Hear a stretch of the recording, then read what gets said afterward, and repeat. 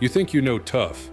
You've seen the action heroes, the muscle-bound icons, the men who throw punches on screen for millions of dollars. But what if I told you that some of Hollywood's most dangerous men weren't acting at all? That the blood on their knuckles was real before the cameras ever found them? That prison walls, battlefield trauma, and near-death experiences shaped them long before any script ever could? This isn't about who looked good throwing a fake punch. This is about actors who lived through hell and brought those scars with them to every single frame. Men who terrified their own co-stars. Men whose toughness was so authentic that one of them actually made another actor fear for his safety on set. Before we count down, drop a comment. Which classic Hollywood actor do you think could have actually survived a real street fight?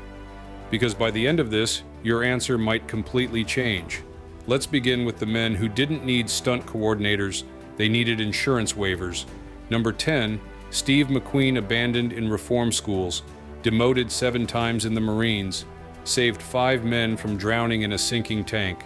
Steve McQueen wasn't Hollywood's king of cool because some publicist wrote it in a press release. He earned that title by being legitimately, dangerously fearless in ways that made studio executives lose sleep. His childhood was a blueprint for survival. Parents who didn't want him, institutions that couldn't hold him, streets that tried to break him.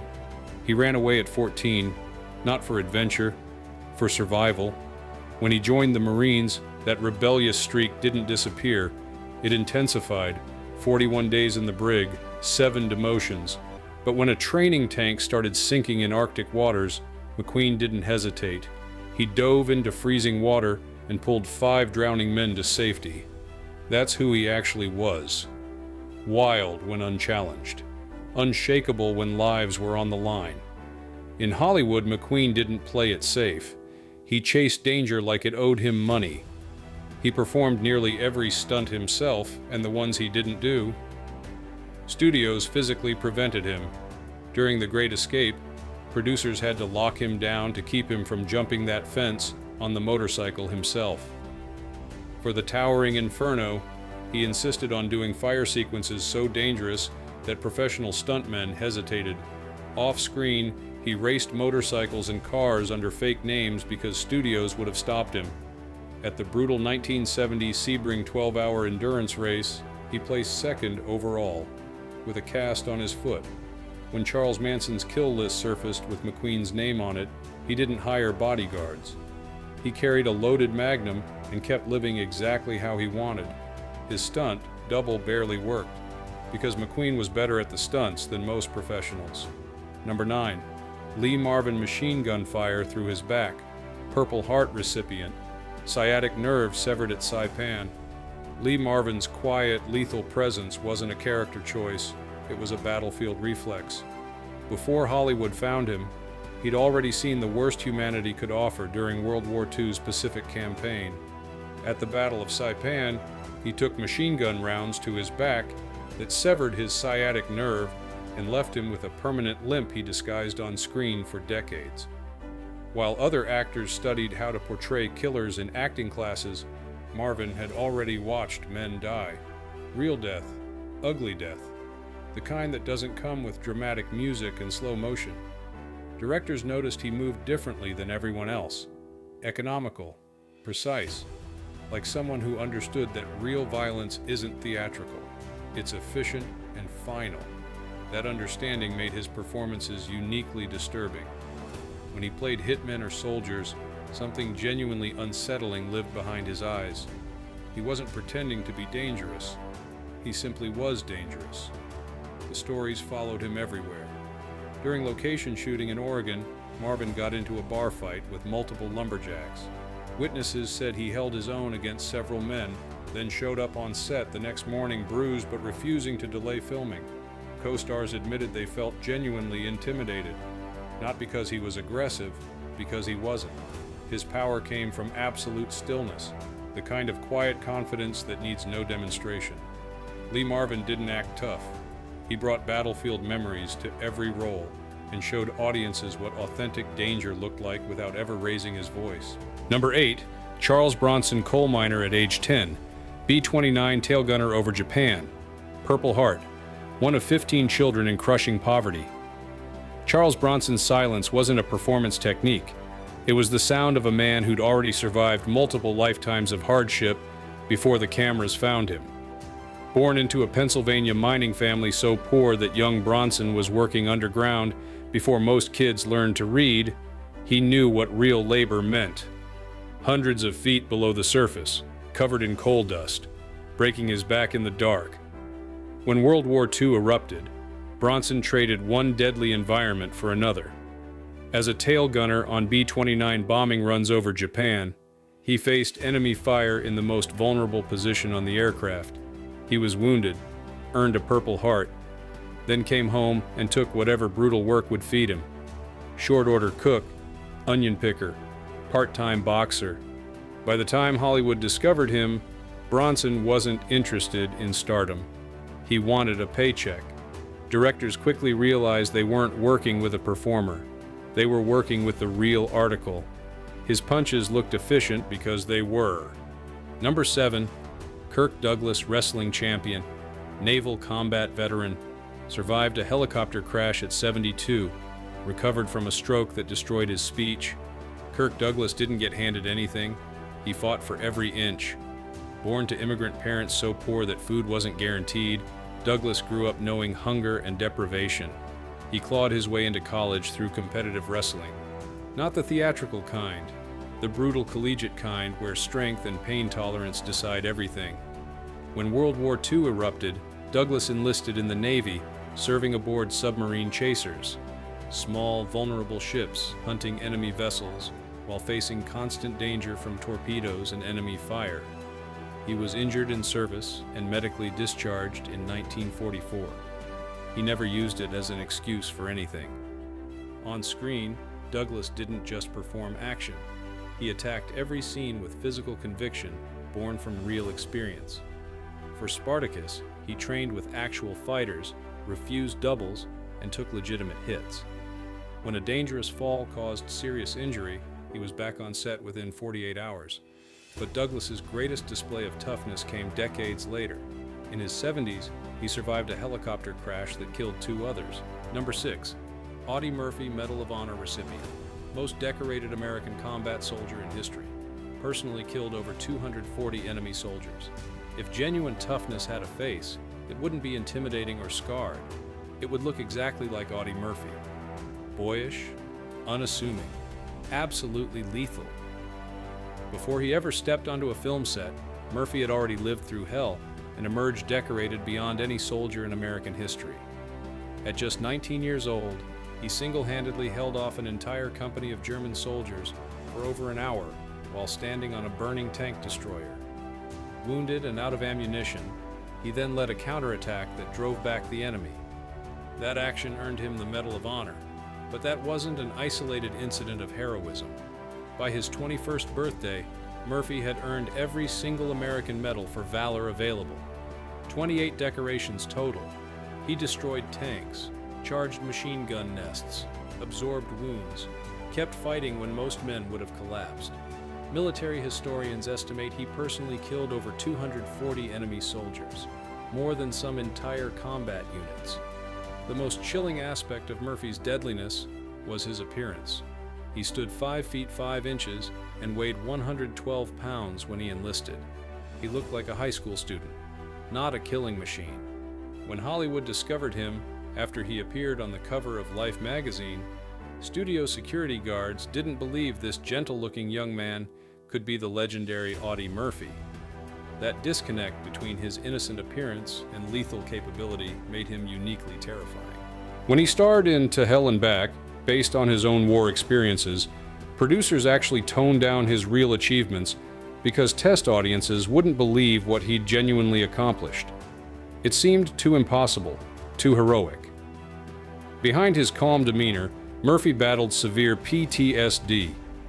He slept with a loaded pistol under his pillow, suffered violent flashbacks. During one business argument, a man became aggressive with Murphy.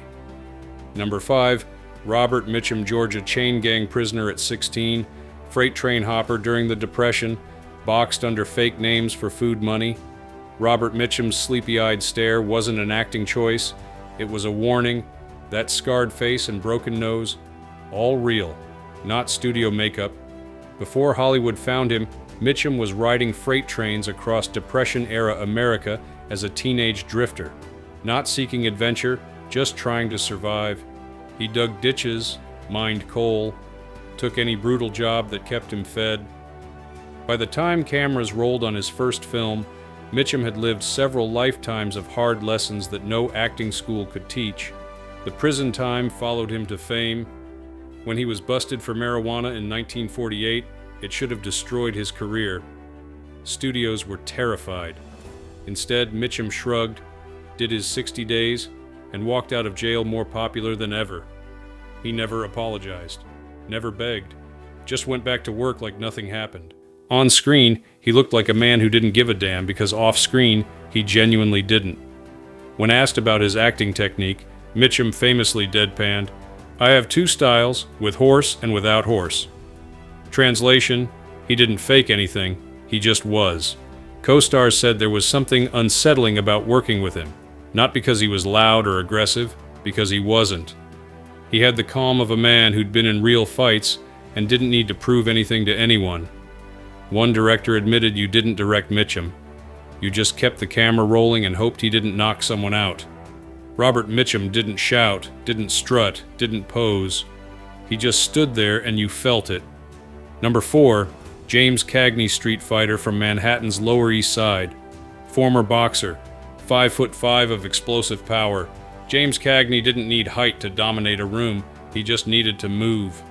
Growing up in one of the roughest neighborhoods in New York City, Cagney learned early that survival meant fighting daily. He didn't box for sport, he boxed because otherwise bigger kids would break him. Those street lessons carved something permanent into his reflexes that no acting school could teach. What made Cagney's screen presence so believable was the authenticity of his movements. His punches weren't slow theatrical swings for the camera. They were sharp, explosive, precisely targeted. Exactly how someone who'd been in real fights would strike. The secret weapon in Cagney's arsenal wasn't just fighting experience, it was his professional dance training. That combination, fighter's aggression with a dancer's precision, made him lethal on screen. He could choreograph violence with the timing of a dancer and the impact of a street brawler. Off camera, his reputation was solid, not because he was imposing, because he was dangerous when provoked.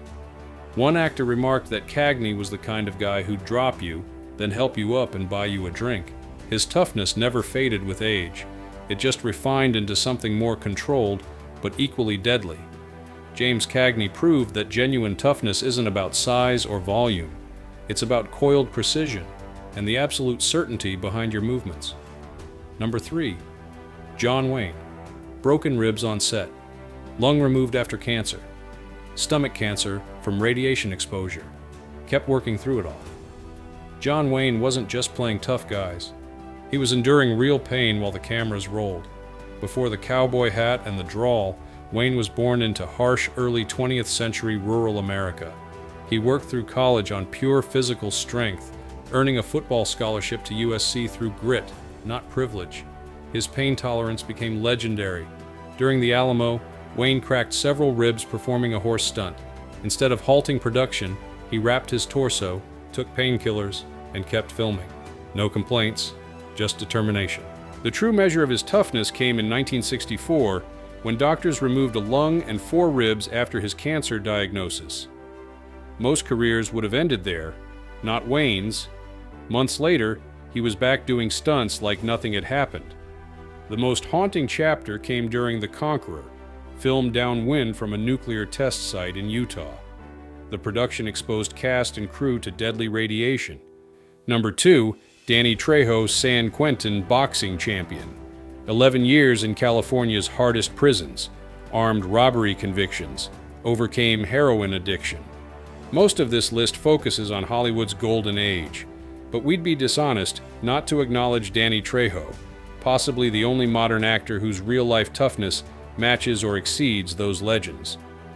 Before his face became iconic in films like Machete and Heat, Trejo spent 11 years cycling through California's most dangerous prisons for armed robbery and drug offenses. Inside San Quentin, he became the prison's lightweight and welterweight boxing champion, fighting the most dangerous inmates in the system and winning. His prison time wasn't spent in protective custody. It was in general population during America's most violent prison decades. The scars on his face aren't makeup. They're permanent reminders of knife fights and prison yard battles that nearly killed him multiple times. What makes Trejo's toughness truly remarkable is his transformation. After getting sober in prison, he's maintained sobriety for over 50 years while working as a drug counselor. When Hollywood discovered him, he wasn't seeking fame. He was visiting a film set to help a young actor struggling with addiction. Unlike manufactured tough guys, Trejo doesn't need to posture. When asked about doing his own stunts at 75, Number 1, Ernest Borgnine, Navy veteran who served 10 years, re-enlisted after Pearl Harbor, gunner's mate on destroyer escorts hunting U-boats, nearly killed in combat operations. Here's what most people don't know about Ernest Borgnine. Before he ever played a villain or won an Oscar, he'd already spent a decade in the United States Navy during the most dangerous maritime conflict in history. Borgnine didn't join the Navy for a few years and leave. He enlisted at 18 and served his full commitment. Then when Pearl Harbor was attacked and America entered World War II, Borgnine didn't hesitate. He re-enlisted immediately. He served as a gunner's mate aboard destroyer escorts in the Atlantic, hunting German U-boats in some of the most treacherous waters on Earth. These weren't safe assignments. Destroyer escorts were small, fast ships tasked with protecting convoys from submarine attacks. They faced constant danger: torpedoes in the dark, surface attacks, brutal North Atlantic storms that could sink a ship as easily as enemy fire. Borgnine survived all of it. What made Borgnine's toughness different was how he carried it. Unlike actors who wore their hardship like armor, Borgnine transformed his military discipline into something else entirely: warmth, humor, humanity. But beneath that affable exterior lived a man who'd faced death at sea and come home ready to work harder than anyone around him. On film sets, Borgnine was known for never complaining, never cutting corners, never accepting special treatment. He showed up early, stayed late, did whatever the scene required without hesitation. Directors loved him because he brought military discipline to every production. Co-stars respected him because they sensed something solid underneath the performances. The incident that nearly ended a career? During the filming of The Wild Bunch, Borgnine's intensity in a fight scene genuinely terrified a younger co-star. The violence was supposed to be choreographed.